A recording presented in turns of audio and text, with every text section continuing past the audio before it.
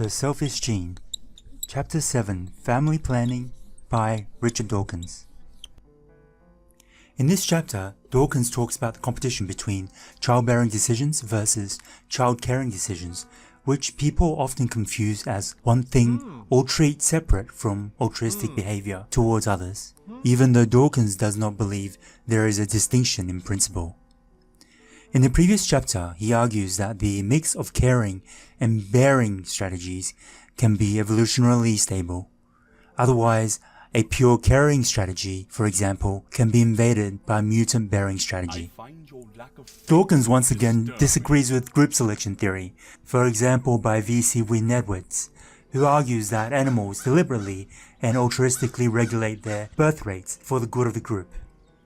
He notes this hypothesis is appealing because it seems to be what humans should do. Human populations seem to increase exponentially if the average number of children per couple is greater than 2. However, population growth depends on when people have children and how many they have.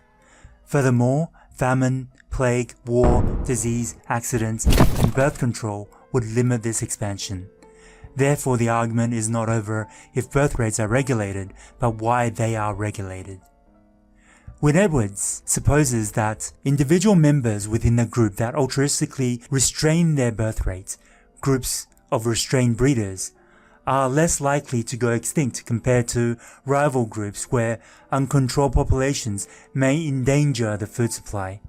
He argues animals that fight over territory are fighting over a token prize instead of an actual prize, like food, and sexual partners may be attracted to the mate by this token. If populations are too big, the limit of territories means some individuals will not breed, like a finite number of breeding licenses issued. Similarly, Wynne Edwards sees fights in the dominant hierarchy as a struggle for social status instead of competition for resources or mates, where higher rank provides an entitlement to reproduce, or lower ranking individuals prevented from getting near to females. In this way, there's a voluntary acceptance that only high status males should breed.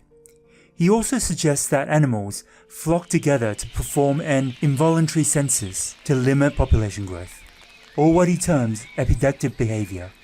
In contrast, Dawkins refers to studies by the ethologist David Lack on bird clutch sizes, or the number of eggs different species of animals incubate. If we assume simplistically that there are genes for different numbers of eggs, 1, 2, 3, 4, etc., we may assume that laying more eggs is better for the genes to become more numerous in the gene pool. However, the cost for laying many eggs is paid for in less efficient caring, as both rearing and caring for offspring is costly in terms of food, energy, time, and other resources. Lack states that each individual selfishly chooses the optimum clutch size that maximizes the number of children reared, compared to Wynne Edwards' argument that individuals altruistically control birth rates to benefit the group. Individuals having too many children will be penalized because fewer children survive. The exception to this is in modern human societies where the welfare state may provide resources to raise many children than what is naturally possible. Dawkins points out that the welfare state, as the largest altruistic system, is inherently unstable and exists only because humans have an unnatural birth control system, otherwise this will be exploited by selfish individuals.